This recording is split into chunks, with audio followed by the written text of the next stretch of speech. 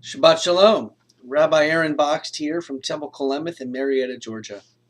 This week's Torah portion is Parashat Tetzaveh from the book of Exodus, Exodus 27, verse 20 through Exodus 30, verse 10.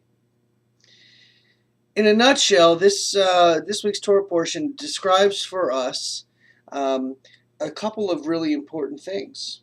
Number one, that the children of Israel are to bring olive oil to Aaron, who is to kindle the everlasting flame, the Ner Tamid, the eternal light, from morning to evening, from evening to morning every single day.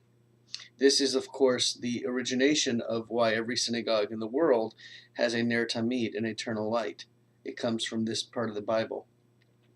The priestly garments are also described, what the Kohanim, the priests, are going to wear while they're in the sanctuary. A ketonet, a full-length linen tunic.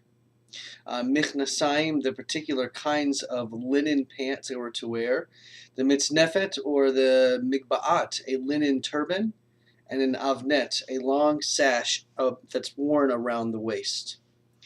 In addition, the Kohen Gadol, the high priest, of course, in this case, it's Aaron, wears the ephod, an apron-like garment made of blue, purple, and red dyed wool, linen, and gold thread.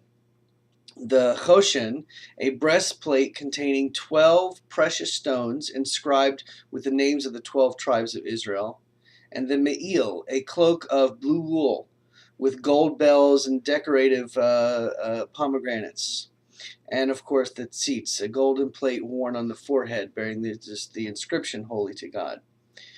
Oftentimes I'm asked by our kids, to describe why the Torah has particular garments. Well, you have the cover, you have the breastplate, you have the crowns. This all comes back from this particular Torah portion, and the things that the Kohen Gadol wore, like the ephod and the choshen, which of course represented the 12 tribes of Israel. God also gives detailed instructions of how Aaron and his 4 sons, Nadav, Avihu, Eleazar, and Itamar, are to be ordained into the priesthood. And really, this gives us the beginning of ordination. This is how we are told that the priests would be ordained from this point forward. What I'd like to talk about and how this relates to Temple Kolemeth specifically is that in this particular Torah portion, there are very specific descriptions of very specific items that are holy because of their importance, because of their the thing that the requirements that is given for them to be worn and for what they represent. Here at Temple Kolemeth, we are a huge family made up of many, many people, each of which brings to our congregation something very special, something very wonderful. Each of these individuals that are members, owners of our congregation, contribute to what is a very successful synagogue here in Marietta, Georgia, and has been for quite some time.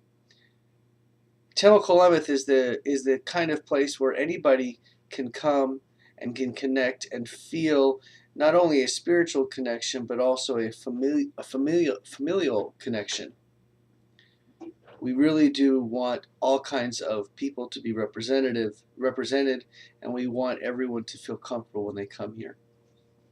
I invite you to visit our website, www.kolemeth.net, for our upcoming activities.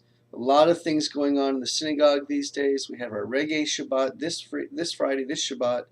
We have the 2nd and 3rd graders participating in our service. It's so wonderful to have our future generation of Jewish leaders already up on the bima, already taking part in services.